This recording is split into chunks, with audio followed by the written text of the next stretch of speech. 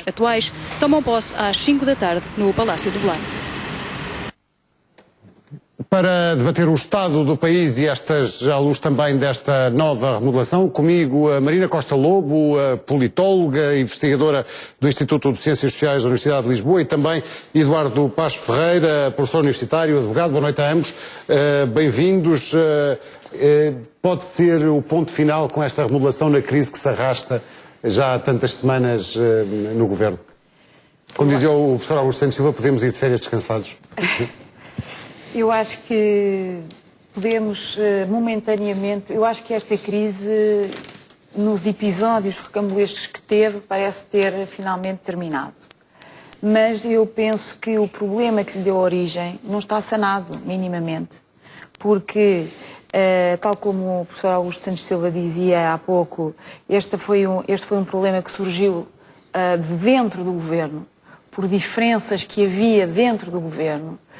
E esta remodelação não resolve, a meu ver, o problema. Porque ao colocar a Maria de Luísa Albuquerque como Ministra das Finanças, mas Paulo Portas acima dela hierarquicamente e com uma coordenação muito importante a nível económico, em termos da coordenação da Troika e da reforma do Estado, no fundo só está a explicitar um problema que existe no seio da coligação e que, a meu ver, não está resolvido, não está minimamente resolvido, não estava resolvido. Quando foi anunciada esta remodelação, logo se viu que ela era problemática, além de mais que vem de uma demissão anterior de Paulo Portas. Portanto, é bastante incompreensível que alguém que, por um lado, que alguém que se demite, depois é convidado a assumir pastas absolutamente centrais no Governo. Em segundo lugar, porque nós sabemos que quando os governos os governos precisam ter...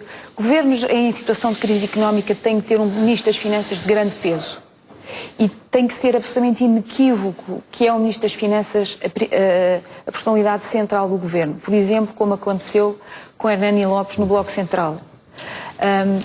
E aqui nós vemos que se abre uma dualidade que me faz lembrar um pouco o governo de António Guterres, em que Pina Moura era um Ministro da Economia também bastante forte e que contrapunha o peso do Ministro das Finanças e que contribuiu para um governo enfraquecido. Portanto, eu também não me parece que seja... Se bem que nós temos vivido episódios sobre episódios políticos e pode haver algum alívio de se pôr um ponto final nisto, a verdade é que nós não estamos a enfrentar... Não me parece que este Governo enfrente a realidade da melhor maneira. Sr. Professor, concorda? Não acha que, pelo contrário, se distribuíram aqui, se redistribuíram os pesos dentro do Governo e que agora as coisas poderão ser mais fáceis neste novo ciclo de investimento e crescimento que o Governo diz que vamos enfrentar agora? Muito obrigado, Pedro. Eu sou incapaz... Paulo, desculpa-me, foi por causa desta confusão de Pedros e Paulos em que vivemos. Eu sou incapaz, como socióloga, com a qualidade da professora Marina Costa Pinto. Bem, não acertam o nome, vou parar. Costa Lobo. Sou incapaz de arriscar qualquer interpretação que não seja a dela. Mas, como sabe, eu estava com uma disposição um pouco triste em relação a isto. E encontrei, nem de propósito, um pensamento que uma vez reteve num seu blog e que me faz pensar um pouco na situação em que estamos em Portugal, que é um pensamento do Albert Camus sobre o hábito do desespero é pior que o próprio desespero. E eu não sei se a crise em que estamos instalados em Portugal já não é tão grande, que já não corresponde um pouco a isto. Eu acho que já toda a gente olha um pouco para esta remodelação com o sentimento de quase tanto dá. Eu concordo com o essencial que foi aqui dito, mas eu creio que a maior parte das pessoas já tem a sensação que tanto dá, que nada disto adianta muito, que os problemas reais vão muito para além disto. E como de facto estou num dia muito amargo, fui parar uma daquelas várias terríveis cartas do Manuel Laranjeira para o Miguel Unamuno, que diz qualquer coisa assim deste estilo: se me der 2 minutos, ou 1 minuto e meio, uma coisa assim. A carta é de de 2007 e é terrível, porque é uma carta escrita de espinho e diz isto: já não te escrevo de qualquer um dos cafés em que ambos tudo partilhávamos, ou fecharam ou mudaram de ramo. Escrevo-te no quarto de um hotel que ainda se vai mantendo de pé, ali bem pertinho do mar. O cheiro a maresia, combinado com o intenso aroma que sai da minha caneta de tinta permanente, vai, pois, elaborando esta carta selvagem e desordenada, com sol e iodo impregnado. Não os sentes? Como, aliás, vai sendo cada vez mais o pensamento deste teu amigo, que vai perdendo a paciência para tantos intelectuais engomados que nunca vibraram com um livro, e para os políticos que vivem em torres de cristal, que, para assim não conhecerem a realidade, que gritam aos sete ventos conhecerem como ninguém. É o que se vê. 2007. Hein? Estes políticos em torre de cristal, estas 3 semanas, Sr. Professor, de que forma é que afetam a própria democracia portuguesa? Eu acho que de formas trágicas. Acho que é uma coisa terrível para mim, para todos nós nesta mesa, para todos nós, acho eu, no país. E o problema é como é que saímos disto, porque vemos as pessoas cada vez mais infelizes e cada vez mais incapazes de encontrarem soluções. E hoje é o dia Manuel Laranjeira. Se posso agora dar um tom ligeiramente otimista em relação a isto. Despediu-se hoje da Universidade de Lisboa o reitor Sampaio da Nova, que foi um excelente reitor, e que recordava também ele uma carta do Manuel Laranjeira para o Miguel Unamuno. Peço desculpa, isto está a ficar um pouco monótono, mas em que ele dizia que uma das coisas mais aborrecidas dos portugueses é que tinham um vício terrível, que era, passavam a vida a resmungar, muito aborrecidos com as coisas, mas não as conseguiam resolver. E ele dizia isto para dizer, nós na universidade também passávamos a vida aborrecidos. Ficamos muito aborrecidos com o regime geral das instituições do ensino superior e tal, mas depois resolvemos que íamos conseguir sair disto e que íamos fazer uma boa universidade. E conseguimos. E fizemos uma coisa perfeitamente notável, que a professora Marina partilha comigo, que é a Universidade de Lisboa, em que juntamos as 2 universidades de Lisboa e temos hoje uma mega universidade com imensa qualidade. E, portanto, há pessoas que conseguem fazer coisas. Era bom que aparecesse alguém que conseguisse fazer alguma coisa que não estas remodelações mais ou menos plásticas. Era bom mesmo, não era? Que aparecesse alguém que fosse capaz disto. É um clichê dizer que já não há políticos como antigamente, ou é um facto? Que em Portugal como na Europa? Parece-me que, concretamente, esta última semana, houve uma oportunidade uma iniciativa lançada pelo Presidente da República que, a meu ver, foi pena que não tivesse sido aproveitada pelos líderes partidários, porque eu concordo com o professor Eduardo Paz Ferreira quando ele diz que nós estamos numa situação realmente extremamente grave e que era necessário que alguém tivesse iniciativa política e liderança política e rasgo para arriscar um pouco. É certo que esta iniciativa presidencial sai fora quer dizer, sendo constitucional, nunca foi tentada, mas um consenso teria sido, penso eu, positivo para conseguir fazer as reformas que todos dizem que são necessárias. E eu lamento realmente que os partidos políticos, pelos documentos que apresentaram, se vê perfeitamente que nem sequer tentaram qualquer espécie de acordo. De cedência, de compromisso, como se houvesse margem de manobra por parte da Troika para que PS e PSD fossem tão divergentes. Como se, na verdade, não fosse o memorando e o acordo que está em cima da mesa, esse acordo com a Troika, o único caminho, que é estreitíssimo, que existe. Quer dizer, portanto, os partidos andaram a brincar. Os líderes partidários, sendo que me parece que os cidadãos estão absolutamente descrentes dessa autonomia partidária que existe nos discursos, mas que depois, de facto, cai em saco roto porque não é credível, não é minimamente credível. Eu aí peço imensa desculpa, mas o Sr. Presidente da República teve imenso tempo para ter feito isto e não o fez. Deixou durante 2 anos as coisas degradarem-se totalmente entre os partidos. E quando já estavam totalmente degradadas é que resolveu apelar ao consenso no momento em que já era impossível o consenso. Portanto, o apelo dele foi totalmente tardio. Se ele o tivesse feito muito antes, se o tivesse feito logo no momento da constituição do governo, Um ano depois, em várias alturas tinha sido possível. O Presidente 2 anos falou depois, várias vezes ao consenso entre os partidos. muito sumariamente. Basicamente foi sempre dizendo que o governo tinha legitimidade democrática, tinha maioria democrática. Se alguém fez algum esforço pelo consenso, foi, por exemplo, o Presidente do Conselho de Concertação Económica e Social. Se alguém tentou realmente que houvesse acordo, foi o Conselho Económico, foram os patrões, foram os sindicatos. O Presidente da República fez sempre uma leitura minimalista dos poderes dele. De repente, a semana passada, pareceu ter partido para outra e de repente voltou à primeira leitura minimalista, o que além de mais é mandar sinais completamente erráticos à sociedade portuguesa. Quer dizer, ele acabou por introduzir aqui um período que não serviu para nada, senão aparentemente para complicar. Mas há uma coisa que lhe peço desculpa, que discordo totalmente, que é o caminho não é o caminho da Troika. Nós estamos a ver uma pura ficção. Ou seja, instalou-se na sociedade ocidental o mito que íamos sair pela austeridade. E essa ideia que foi teorizada por várias pessoas, como sabemos, enfim, o principal artigo de ferro do Kenneth Rogoff, que tinha aquele pequeno erro de uma folha de Excel e mais umas coisas assim, tem vindo a ser questionado por uma série de livros mais recentes. Um dos mais impressionantes é este livro do Mark Blyth, que a sua professora conhece com certeza, Austerity, The History of a Dangerous Idea. Mas, além disso, tem saído imensa literatura recente que tem demonstrado para onde caminhamos. Eu diria, hoje em dia, já ninguém acredita na austeridade. Há umas pessoas que estão a fazer de conta que acreditam e que estão a empatar um bocado e tal.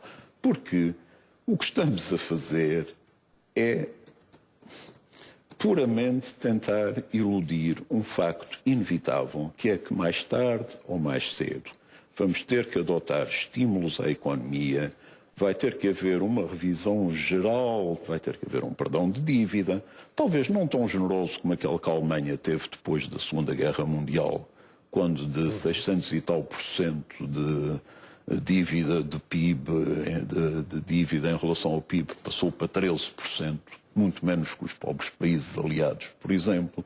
Mas toda a gente sabe que é impossível, com o atual nível de dívida portuguesa, nós pagarmos. E quem diz nós, diz todos os países que estão em dificuldade.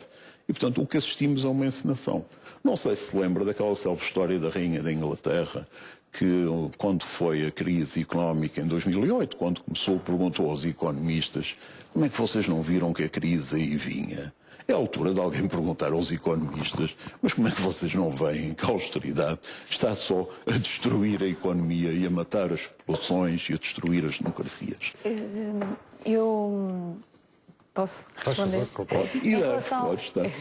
Em relação à atitude do Presidente da República, eu não posso deixar de concordar que, de facto, eu também me parece que é uma intervenção tardia.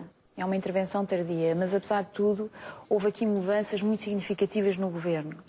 E eu acho que também é de salientar que dentro do próprio governo, a saída de Relvas e a entrada de Miguel Poiás Maduro já também foi um sinal numa direção de consenso, que depois, com a saída de Vítor Gaspar, propicia uma intervenção maior do Presidente da República.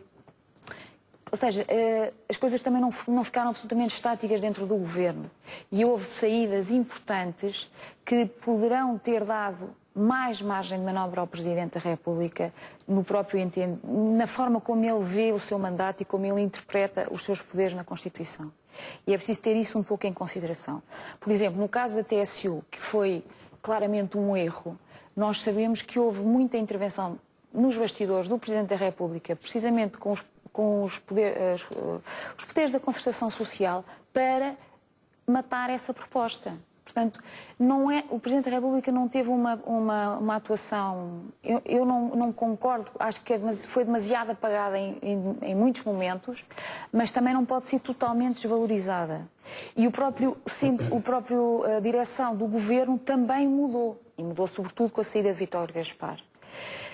Mas também me parece que Miguel Maduro entra tarde. Em relação à questão da austeridade, eu acho que... Deixe-me só dizer isto. Desculpa. Em relação à questão da austeridade, eu também sou absolutamente...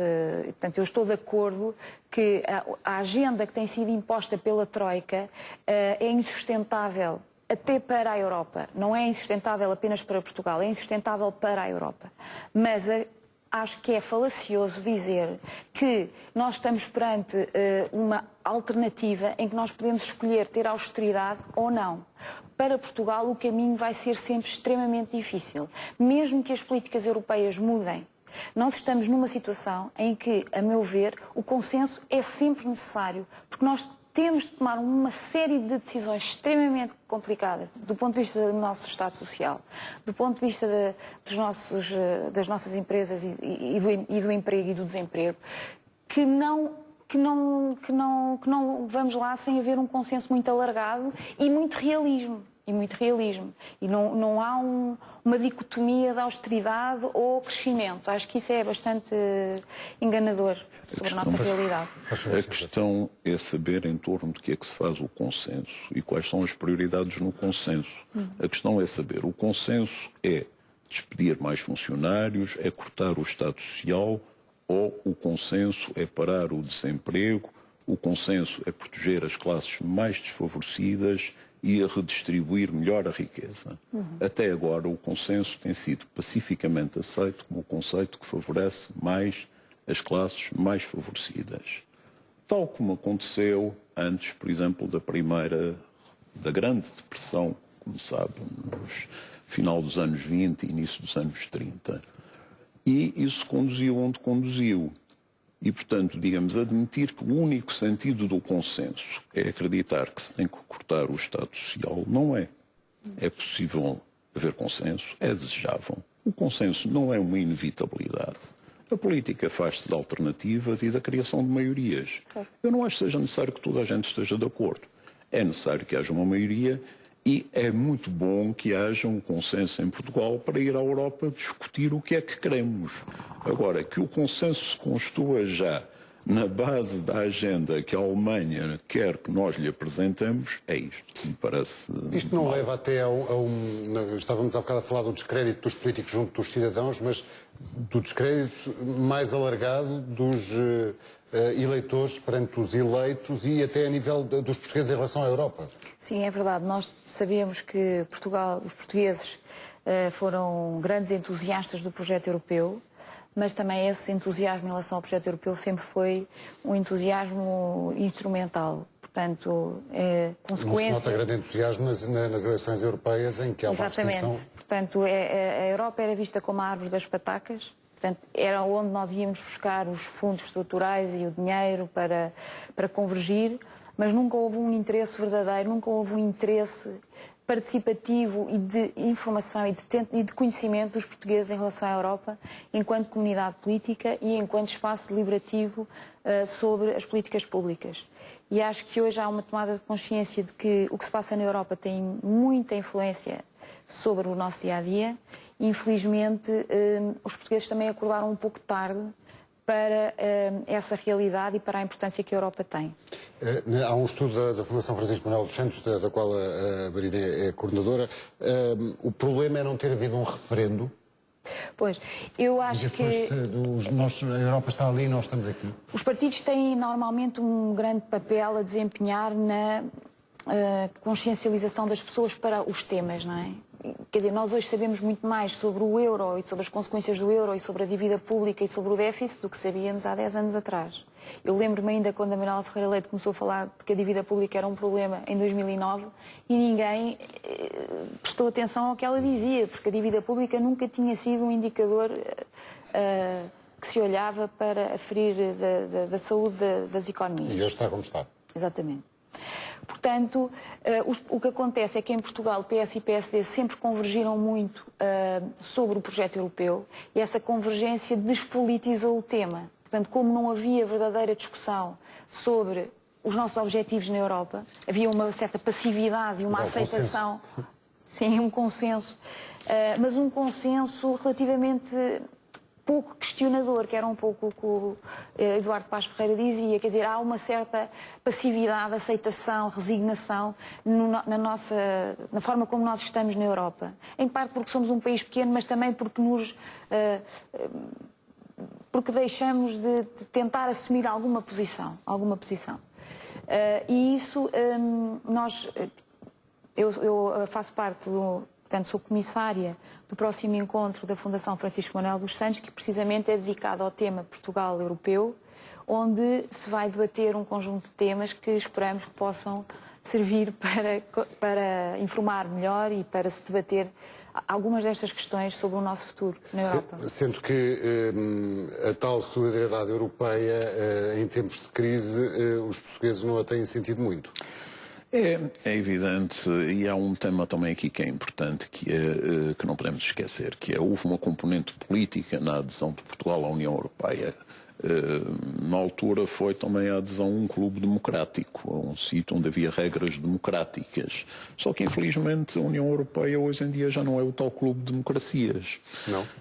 Porque não é em vários aspectos. Enfim, por exemplo, digamos, nós assistimos àquele espetáculo que ultrapassa tudo, do embaixador do Cazaquistão coordenar a partir do Ministério do Interior da Itália o rapto de cidadãos, de dissidentes do Cazaquistão. Não conseguiu apanhar o dissidente, mas apanhou a mulher e uma filha e conduziu-os num avião privado de Roma para o Cazaquistão.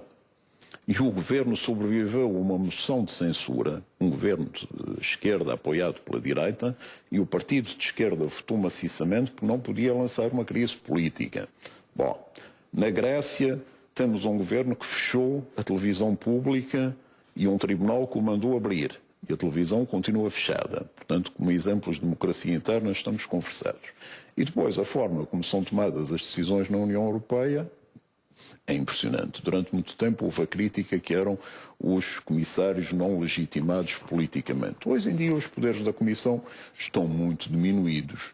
Mas, digamos, o poder da Alemanha no Conselho Europeu é avassalador. Mas eu queria muito juntar, acho que é muito importante a iniciativa que falou, e há uma coisa muito importante que vai haver eleições para o ano, as eleições europeias, os índices de participação, já aqui foi falado, são baixíssimos, e estas vão ser eleições particularmente importantes, porque daqui também vai sair a nova Comissão Europeia e um novo presidente da Comissão Europeia, que pela primeira vez, não diretamente, mas de alguma forma vai ser o resultado das eleições ao Parlamento Europeu. Era tão bom que votássemos mais e que houvesse mais democracia também por essa via. Portanto, digamos, tudo o que pudermos fazer para agitar a ideia europeia e para tentar repor alguma democracia na Europa e alguma solidariedade, essa ideia fundadora da Declaração Schuman, tão bonita e hoje tão ausente. Ao longo destes tempos de crise, com o estado do país sob intervenção externa, os portugueses não têm a noção de que são europeus de segunda? Ou não têm a impressão, melhor dizendo? Têm. Eu, por acaso, fui uma das autoras do relatório Eurobarómetro sobre cidadania, e é curioso, sobre cidadania europeia, e é curioso que os portugueses sentem-se cidadãos europeus, afirmam que se sentem cidadãos europeus, mas depois, quando vamos ver melhor, vê-se que eles não conhecem os seus direitos como cidadãos europeus. São daqueles que conhecem menos do que é que implica ser cidadão, e também aqueles que menos querem saber, porque dos países que sabem menos, quase todos os cidadãos, há uma percentagem maioritária que afirma que gostaria de saber mais, apesar de não saber, e em Portugal nem sequer há esse interesse. Por outro lado, também se nota que os portugueses são aqueles que, de facto, gozam menos os direitos de cidadania, como seja a assistência médica quando se viaja para outros países dos membros, etc. Como os portugueses não gozam dessa cidadania europeia porque viajam menos, porque leem menos e conhecem menos outras realidades porque não conhecem outras línguas, etc., a cidadania vivida é muito frágil. A cidadania europeia é praticamente uma abstração em Portugal. E, portanto, à partida, os portugueses dizem que sim, que se sentem cidadãos europeus, mas depois nada disto tem conteúdo. Não tem conteúdo por razões económicas e sociais, mas também não tem conteúdo por atitude política de muito, que está correlacionado, obviamente, de muito desinteresse. Portanto, eu partilho dessa opinião de que gostaria que houvesse participação, mas temo que todos estes dados apontam numa direção oposta. Claro que sim. E a intervenção da Troika pode contribuir para esse afastamento? Há um texto... O PCP costuma chamar ao plano de ajuste, ao memorando de entendimento, o pacto de agressão. Isto não cava na sociedade portuguesa? Há um texto fulgurante do Jacinto Lucas Pires, num livro que eu tive o gosto de coordenar, sobre chamado Troikan 2, a avaliação de 66 cidadãos, em que ele diz que justamente o memorando de entendimento é a pior coisa que se podia fazer contra a Europa em Portugal. E é verdade, porque cada vez que a Troika aparece a avaliar e que os cidadãos portugueses sentem que há uns senhores que são funcionários das instituições comunitárias e do Fundo Monetário Internacional, mas sobretudo das instituições comunitárias, e que vêm cá e que avaliam o governo português, que devia prestar contas perante os seus eleitores e que prefere prestá-las perante uns funcionários do Banco Central Europeu e da Comissão Europeia, isso destrói completamente a credibilidade da União Europeia. Eu queria discordar um bocadinho disto que foi dito agora, porque nós temos de ter em consideração que nós tivemos eleições em 2011, no seguimento do acordo do pacto com a Troika, e o que aconteceu foi que a maioria dos votantes, 80% dos votantes, votou em partidos que apoiavam o memorando. Portanto, houve uma legitimação deste pacto. Atenção, houve uma legitimação deste pacto. O que acontece é que a implementação do memorando correu muito mal. Correu muito mal porque houve derrapagens e pronto, a experiência de Vítor Gaspar fala por si, e a carta que ele deixou. Portanto, o que me parece que é mais lamentável é a falta de ajustamento, a falta de capacidade de ajustamento deste programa, que ao longo do tempo, tanto aqui como na Grécia, deu mostras de ser um plano demasiado exigente ou que acabou por ter consequências muito negativas e contraditórias com os seus objetivos. Mais do que próprio, porque eu não me parece que... Portanto, acho que houve uma legitimação aqui que é muito importante e que não devia ser menosprezada. Bom, eu calculo que o tempo seja muito curto, mas basicamente estamos a dizer a mesma coisa, ou seja, a execução foi pior que o princípio, mas o princípio já foi muito mau. Porque isto é o célebre projeto de salvação de um país feito em 3 semanas, o que é muito extraordinário por técnicos que não conheciam o país. E claro que foi legitimado eleitoralmente por 80%, mas foi naquilo que normalmente é designado pela política de chantagem. Ou seja, foram criadas condições em que as pessoas não tinham outro remédio senão aceitar aquilo. Era aquilo ou nada. Portanto... Muito bem, agradecemos terem aceitado o nosso convite. Boa noite.